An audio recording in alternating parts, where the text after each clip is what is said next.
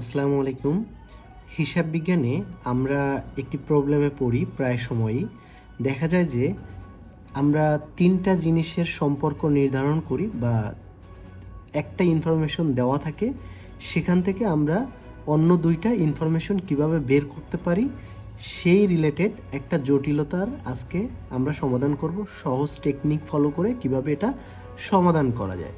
যেমন আমি যদি আপনাদের একটি এক্সাম্পল পড়ে শোনাই, বিক্রয়ের ওপর মুনাফার হার 20% এবং বিক্রিত পণ্যের পরিমাণ 20 লাখ টাকা হলে মুনাফা ও বিক্রয়ের পরিমাণ কত? এখানে আপনারা সহজেই খেয়াল করেন, এখানে 2টা ইনফরমেশন শুধু দেওয়া আছে। একটি হচ্ছে মুনাফার হার, যেটা 20%, অন্যটি হচ্ছে বিক্রয়ের পরিমাণ। এই ইনফরমেশন থেকে আমাকে বের করতে হবে মুনাফা এবং হচ্ছে বিক্রয়ের পরিমাণ। নর্মালি আমরা জানি যদি 2টা ইনফরমেশন দেওয়া থাকে, ওটাকে আমরা সূত্রে ফেলে যোগ বিয়োগ করে আমরা তৃতীয়টি বের করতে পারি। কিন্তু যখন একটা ইনফরমেশন দেওয়া থাকবে, বাকি 2টা কিভাবে বের করব? আমরা প্রায়ই দেখি হিসাব বিজ্ঞানের 7ম অধ্যায় 2য় পত্রের, অর্থাৎ একাদশ এবং দ্বাদশ শ্রেণীর 2য় পত্রের 7ম অধ্যায়ে উৎপাদন ব্যয় বিবরণীতে আমরা এই জাতীয় বিভিন্ন ম্যাথ দেখে থাকি। এই সামান্য একটু ম্যাথ না পারার কারণে অনেক স্টুডেন্ট দেখা যায় ব্যয় বিবরণীটা করতে পারে না। সো আমরা এটার আজকে সমাধান দেখব, কিভাবে সহজে এটাকে সমাধান করা যায়। প্রথমেই বলে রাখি, যদি বিক্রয়ের ওপর মুনাফার হার বলা আছে, অর্থাৎ যার উপর মুনাফার হার বলা থাকবে তাকে আমরা ধরবো 100। আমরা প্রথমেই একটা রেশিও দ্বারা করাবো। তাহলে বিক্রয়ের ওপর মুনাফার হার বলেছে 20%, তাহলে যার উপর বলবে সে হবে 100। তাহলে আমরা বলতে পারি এখানে বিক্রয় হচ্ছে 100। তারপরে মুনাফার হার বলেই দিয়েছে, তাহলে মুনাফা কত? মুনাফা হচ্ছে 20%। এরপরে এখান থেকে আমরা বের করব এই যে বিক্রিত পণ্য, এই বিক্রিত পণ্যের হার বের করব। আমরা জানি বিক্রিত পণ্যর ব্যয় অথবা ক্রয় এর সাথে মুনাফা যোগ করলে বিক্রয় পাওয়া যায়। ক্রয়ের সাথে মুনাফা যোগ করলে বিক্রয় পাওয়া যায়। তাহলে আমরা এই বিক্রয় থেকে মুনাফা যদি আমরা মাইনাস করি, তাহলে যেটা পাবো সেইটা হচ্ছে বিক্রিত পণ্যের ব্যয়। বিক্রিত পণ্যের ব্যয়, তাহলে আমরা বিক্রিত পণ্যের ব্যয় কত পেলাম? 80 বা 80। এই যে বিক্রিত পণ্যের বিক্রয়ের মুনাফার যে আমরা রেশিও বের করে নিছি বা রেট বের করে নিছি, এটা থেকেই এখন আমরা মুনাফা বা বিক্রয়ের পরিমাণ নির্ধারণ করব। প্রথমেই আমরা একটা সহজ সূত্র দেখে নেই। এখানে এই ডিভাইড চিহ্নের উপরে হবে আমরা যেটা নির্ণয় করতে চাচ্ছি তার হার, অর্থাৎ আমরা লিখতে পারি নির্ণেয় হার। তাহলে এখানে হচ্ছে আমরা যেটা নির্ণয় করতে চাচ্ছি তার হার, এখানে হচ্ছে গিভেন টাকা, অর্থাৎ যার পরিমাণটা দেওয়া আছে তারটা এখানে বসবে। তাহলে এখানে হচ্ছে আমি লিখতে পারি, সংক্ষেপে আপনাদের বোঝানোর জন্য আমি নিজের ভাষায় লিখলাম যে দেওয়া টাকার হার, দেওয়া টাকার হার। আর নিচে লিখলাম এই যে গিভেন টাকা, যে দেওয়া টাকা আছে, এই টাকার হার। তাহলে আমরা যে সূত্রটা দেখতে পারি সেটা হচ্ছে উপরে নির্ণেয় হার, অর্থাৎ যেটা আমরা নির্ধারণ করতে চাচ্ছি, ইনটু হচ্ছে দেওয়া টাকার পরিমাণ। দেওয়া টাকার পরিমাণ অর্থাৎ প্রশ্নে যেই টাকাটা দেওয়া আছে, নিচে হচ্ছে এই যে যেই টাকা দেওয়া আছে ওই দেওয়া টাকার হার। তাহলে এটা হচ্ছে আমাদের সূত্র। আমরা যেটা নির্ধারণ করতে চাচ্ছি ইনটু দেওয়া টাকার পরিমাণ ডিভাইডেড বাই দেওয়া টাকার হার। তাহলে আমরা যদি উপর থেকে বসাই, আমরা কি নির্ধারণ করতে চাচ্ছি? প্রথমে আমাদের বলছে মুনাফা নির্ধারণ করি। তাহলে আমরা যদি মুনাফা নির্ধারণ করি, তাহলে মুনাফার হার আমরা এখান থেকে দেখব মুনাফার হার কত? 20, যেটা কোশ্চেনে সরাসরি বলাই থাকে। তাহলে 20 ইনটু গিভেন টাকা, অর্থাৎ দেওয়া টাকা। এই দেওয়া টাকার পরিমাণ আছে 20 লক্ষ টাকা। দেওয়া টাকার পরিমাণ হচ্ছে 20 লক্ষ টাকা। এই যে 20 লক্ষ টাকা, সেটা কিসের টাকা? বলা আছে বিক্রিত পণ্যের টাকা। কিসের টাকা? বিক্রিত পণ্যের টাকা। 20 লক্ষ টাকা হচ্ছে বিক্রিত পণ্যের টাকা। তাহলে আমরা নিচে বিক্রিত পণ্যের হার বসাবো, যেটা হচ্ছে 80। তারপর আমরা এখানে মুখে মুখেই চাইলে কাটাকাটি করতে পারি। যেমন আমরা জানি 20 80-র ভিতরে যায় 4 বার, আর 4 20-এর ভিতরে যায় 5 বার। তাহলে আমরা 5-এর পরে আমরা 5টা শূন্য দেখতে পাচ্ছি, অর্থাৎ 5 লক্ষ টাকা। তাহলে মুনাফার পরিমাণ 5 লক্ষ টাকা। মুনাফার পরিমাণ 5 লক্ষ টাকা। এরপরে আমরা যদি বিক্রয়ের পরিমাণ বের করতে চাই, সেইমভাবে সূত্রটি বসাবো। আমরা জানি যাকে আমরা নির্ধারণ করব তার যে হার সেটা উপরে বসবে। তাহলে বিক্রয়ের হার আমরা এই পাশে দেখতে পাচ্ছি 100, তাহলে আমরা বসালাম 100। আর দেওয়া টাকা, যেটা বিক্রিত পণ্যের টাকা, বিক্রিত পণ্যের যে ব্যয় সেটার টাকা, এই বিক্রিত পণ্যের ব্যয়ের টাকা দেওয়া আছে 20 লাখ।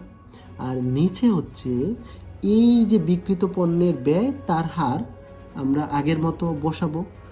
এখন আমরা 20 দিয়ে যদি কাটাকাটি করি, তাহলে আমরা দেখতে পাই যে 80-কে কাটা যায় 4 20-কে 80, 100-কে কাটা যায় 5 20-কে 100, 4-কে আমরা 4 দিয়ে 4-কে কাটলে হয় 1, 4 দিয়ে 20-কে কাটলে হয় 5। তাহলে আমরা দেখতে পাচ্ছি আমাদের রেজাল্ট আসে 5, এ পাশে আসে 5, আর এ পাশে আসে 5 লাখ। তাহলে 5 × 5 লাখ হচ্ছে, তাহলে আমরা দেখতে পাচ্ছি যে রেজাল্ট আসে 25 লাখ টাকা, যেটা বিক্রয়ের পরিমাণ। আমরা কিন্তু চাইলে সংক্ষেপেও বের করতে পারতাম। আমরা যেহেতু মুনাফা বের করতে পেরেছি, বিক্রিত পণ্যের ব্যয়ের সাথে মুনাফা যোগ করলেও কিন্তু বিক্রয়ের পরিমাণ পাওয়া যায়, অর্থাৎ 20 লাখ প্লাস 5 লাখ। পরের ম্যাথটা যদি আমরা দেখি, পরের ম্যাথে বলা আছে বিক্রিত পণ্যের উপর মুনাফার হার 25%। বিক্রয়ের পরিমাণ 20 লাখ টাকা হলে মুনাফা ও বিক্রিত পণ্যের পরিমাণ বের করতে বলছে। তাহলে দেখেন এখানে বিক্রয়ের পরিমাণ দেওয়া আছে, মুনাফার পরিমাণ এবং বিক্রিত পণ্যের পরিমাণ আমাদেরকে বের করতে হবে। তাহলে আমরা জানি যে যার উপর মুনাফার হার বলে সে হবে 100। তাহলে বিক্রিত পণ্যের যে ব্যয়, এই ব্যয় হবে তাহলে 100, কারণ এর উপর মুনাফার হার বের করতে বলছে। তাহলে আমরা বিক্রিত পণ্যের ব্যয়কে আমরা 100 ধরলাম, মুনাফা যেটা দেওয়া থাকবে সেটা, মুনাফার হারকে আমরা 25 যেটা দেওয়া আছে। আর আমরা জানি বিক্রয় মানে হচ্ছে বিক্রিত পণ্যের ব্যয় এবং মুনাফা দুইটার যোগফল। তাহলে কত হবে? 125। কত হবে? 125। এটা বিক্রয়ের হার। এরপরে আমরা এই যে একটু আগে সূত্রটা শিখলাম, নির্ণেয় হার, যেটা আমরা নির্ধারণ করতে চাচ্ছি, যেটা বের করতে চাচ্ছি, ইনটু প্রশ্নে যেই 3টা জিনিসের যেইটার টাকাটা দেওয়া আছে সেই টাকাটা, আর যার টাকা দেওয়া আছে তার হার। তাহলে আমরা এখান থেকে মুনাফা যদি প্রথমে বের করি, তাহলে মুনাফার হার এখানে কত? 25। টাকা দেওয়া আছে কত? 20 লাখ টাকা। এখন এই 20 লাখ টাকা কিসের টাকা? বিক্রয়ের টাকা। তাহলে বিক্রয়ের হার নিচে বসাবো, কাটাকাটি করব, একবার যায় 25, 125-এর ভিতরে 5 বার যায়, 20-এর ভিতর 5 4 বার যায়, তাহলে 4 লক্ষ টাকা। কত পেলাম? 4 লক্ষ টাকা। এরপরে যদি আমরা এখান থেকে বিক্রিত পণ্যের পরিমাণ বের করি, বিক্রিত পণ্যের ব্যয়, এটা কিন্তু বিক্রিত পণ্যের পরিমাণ মানে হচ্ছে বিক্রিত পণ্যের ব্যয়ের পরিমাণ, ঠিক আছে? এখানে কিন্তু ব্যয়ের পরিমাণ অ্যাকচুয়ালি বিক্রিত পণ্যের ব্যয়। তাহলে বিক্রিত পণ্যের ব্যয়, এটা রেট কত? এই যে আমরা রেট বের করে নিয়েছিলাম 100, আর আমাদের গিভেন টাকা যেটা দেওয়া আছে 20 লক্ষ টাকা, আর নিচে হচ্ছে এই দেওয়া টাকার হার আমরা 125 জানি। তাহলে এটা যদি 25 দিয়ে ভাগ করি তাহলে হয় 4 25 100, 5 25 125, এটার ভিতরে যায় 5 বার, 5 দিয়ে 20-কে কাটলে হয় 4, অর্থাৎ 4 লাখ ইন্টু 4। তাহলে আমরা পাই 4 × 4 লাখ, সেটা হচ্ছে 16 লক্ষ টাকা। তাহলে বিক্রিত পণ্যের ব্যয় 16 লক্ষ টাকা। সহজে আবার এটা বের করতে পারি, এই যে 20 লক্ষ টাকা, 20 লক্ষ টাকা থেকে মুনাফা 4 লক্ষ টাকা বিয়োগ করলেই আমরা কিন্তু বিক্রিত পণ্যের ব্যয়ের পরিমাণ পেয়ে যাই। এরপরে আমরা যখন আমাদের বলা থাকবে বিক্রয়ের ওপর মুনাফার হার, সেটাকে যখন ক্রয়ের ওপর মুনাফার হার বের করতে বলবে সেটা দিয়ে, তখন আমরা কিভাবে বের করব। এইটা এমসিকিউর জন্য খুব খুব গুরুত্বপূর্ণ। এইচএসসির হিসাব বিজ্ঞানের প্রথম পত্র বা দ্বিতীয় পত্রতে এই ধরনের এমসিকিউ আমরা দেখতে পাই, বা অ্যাডমিশন টেস্টের ক্ষেত্রে এই ধরনের এমসিকিউ দেখা যায়। তো এটা কিভাবে বের করা যায় চলেন আমরা দেখে আসি। বিক্রয়ের ওপর মুনাফার হার আমরা জানি, একটু আগে আমরা যে রেট বের করে নিয়েছিলাম সেইমভাবে আমরা রেট বের করে নিব। তাহলে যার উপর মুনাফার হার বলবে সে হবে 100। তাহলে বিক্রয়ের উপর মুনাফার হার বলছে, বিক্রয় হবে 100 এবং মুনাফা হবে তাহলে 20। তাহলে বলেন তো ক্রয় মূল্য বা বিক্রিত পণ্যের ব্যয় কত হবে? আমরা জানি বিক্রয় থেকে মুনাফা যদি বিয়োগ করি তাহলে আমরা ক্রয় পাই, অর্থাৎ ক্রয় প্লাস মুনাফা সমান সমান বিক্রয়। তাহলে আমরা রেটটা বের করে নিলাম, অর্থাৎ এই ক্রয় যদি 80 টাকা হয় তাহলে মুনাফা হচ্ছে এই 20 টাকা। ক্রয় যদি 80 টাকা হয় মুনাফা হচ্ছে কয় টাকা? 20 টাকা। তাহলে আমরা লিখতে পারি যে আমরা বের করতে চাচ্ছি মুনাফার হার কার উপর? ক্রয় মূল্যের উপর।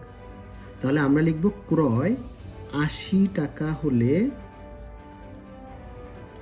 মুনাফা 20 টাকা। অতএব ক্রয় 1 টাকা হলে আমরা ঔখিক নিয়মে করে ফেলব 80 টাকা। অতএব ক্রয় আমরা জানি 100-তে, পার্সেন্টটা হয় 100-তে, এই জন্য আমরা 100 নিয়ে করব যে 100 টাকা ক্রয় হলে মুনাফা কত। 100 হবে গুণ, 80 হবে নিচে। তাহলে এই শূন্য, আমরা এই শূন্য কেটে দেই, 2 8-এর ভিতরে যায় 4 বার, 4 100-র ভিতরে যায় 25 বার। অতএব 25%, অর্থাৎ ক্রয় মূল্য 100 টাকা হলে মুনাফার হার হবে 25%। মুনাফার হার ক্রয় মূল্যের উপর 25%। এরপরে আমরা ক্রয়ের উপর মুনাফার হার 25% হলে বিক্রয়ের উপর মুনাফার হার কত? সো বিক্রয় মূল্যের উপর বের করতে বলছে, ক্রয় মূল্যের উপর দেওয়া আছে, যার উপর অর্থাৎ যার উপর মুনাফার হার বলবে সে হবে 100, মুনাফা হচ্ছে 25, তাহলে বিক্রয় হবে 125, কারণ বিক্রয় হচ্ছে ক্রয় প্লাস মুনাফা। তাহলে আমরা বলতে পারি বিক্রয় 125 হলে, এই বিক্রয় 125 হলে মুনাফা হচ্ছে 25, মুনাফা 25। অতএব বিক্রয় 1 হলে মুনাফা হচ্ছে 25 ডিভাইডেড বাই 125। বিক্রয় আমরা শতকরায় বের করতেছি, বিক্রয়ের হার 25 ইন্টু 100, 125। 25 125-এর ভিতরে যায় 5 বার, 5 100-র ভিতরে যায় 20 বার, অর্থাৎ 20%। আমি আপনাদের কিছু সহজ টেকনিক শিখিয়ে দিচ্ছি।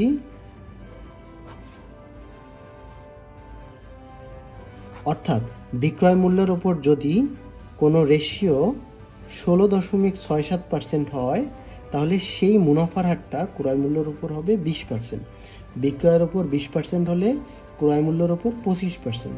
ক্রয় মূল্যের উপর 25% হলে, বিক্রয় মূল্যের উপর 25% হলে ক্রয় মূল্যের উপর হবে 33.33%। নর্মালি এই কয়টা রেশিওই এক্সামে আসে, তো আপনারা চাইলে মুখস্থ করে ফেলতে পারেন।